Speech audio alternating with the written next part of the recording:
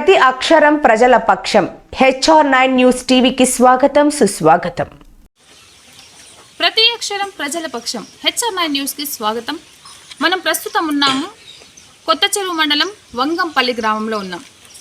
అసలు వంగంపల్లి గ్రామ ప్రజల పరిస్థితి ఏంటి, ప్రస్తుత పరిపాలన ఎలా ఉంది, గత పరిపాలన ఎలా ఉండేది, వారి మాటలను అడుగు తెలుసుకుందాం. సార్ నమస్తే. ప్రస్తుతం ఉన్న పరిపాలన ఎలా ఉంది, గత పరిపాలన ఎలా ఉండేది?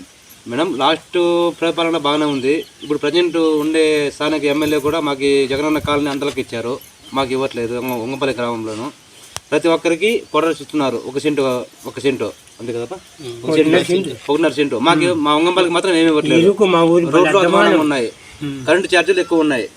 మాకు దయచేసి మాకు న్యాయం చేయాలని కోరుతున్నాం మేడం. Okay, thank you. చూస్తున్నాం ఏం బాగలేదు మేడం, పరిపాలన ఏమీ బాగలేదు. మాకు ఇంటి రోడ్డు చేస్తామని రోడ్డు చేపిలే, అవి ఒకటి కూడా లేదు మేడం.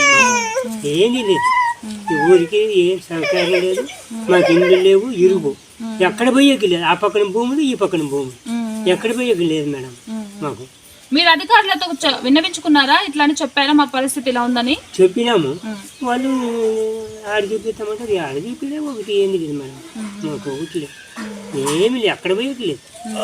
ఈ ఇప్పుడు అది ఉండే అది రోజంతా కూర్చొని ఆ కూర్చొని దూరుకోవాలి, ఎక్కడ పోయేకి లేదు. అది మేడం మాకు. ఓకే, థ్యాంక్ యూ ప్రజల నోటు విన్నాం కదా.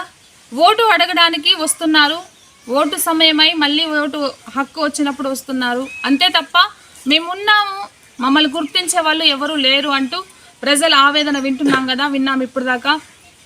దయచేసి అధికారులు ఈ ప్రజల యొక్క ఆవేదనను అర్థం చేసుకోవాలని విన్నవించుకుంటున్నాం. Thank you.